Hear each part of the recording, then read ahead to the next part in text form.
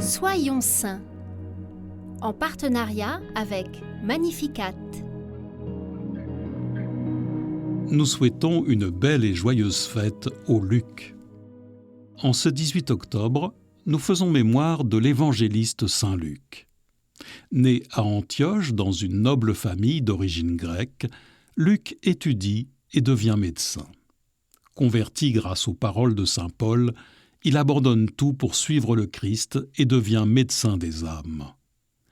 Saint Luc est l'auteur du 3e évangile. Il est le seul à évoquer la vie et l'enfance du Christ avant sa vie publique.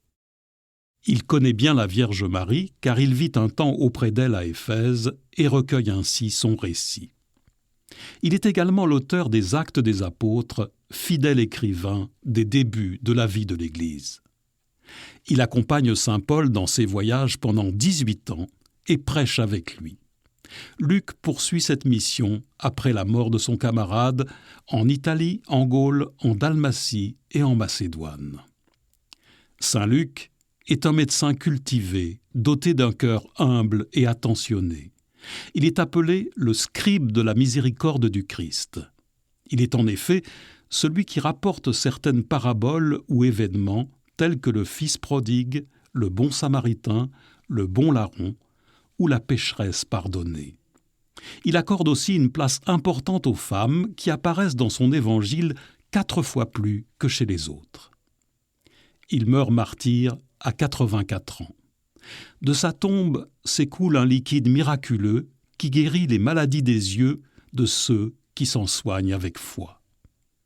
Par sa profession, Luc est le saint patron des médecins et des soignants, mais il est aussi celui des peintres et des sculpteurs. En effet, la tradition rapporte qu'il était doué pour la peinture. Il aurait demandé à Marie la permission de peindre son portrait et aurait réalisé 3 peintures de la Vierge à l'enfant. L'une de ces icônes est vénérée à Częstochowa, en Pologne. Seigneur, nous te prions particulièrement aujourd'hui pour tous ceux qui travaillent comme personnel soignant.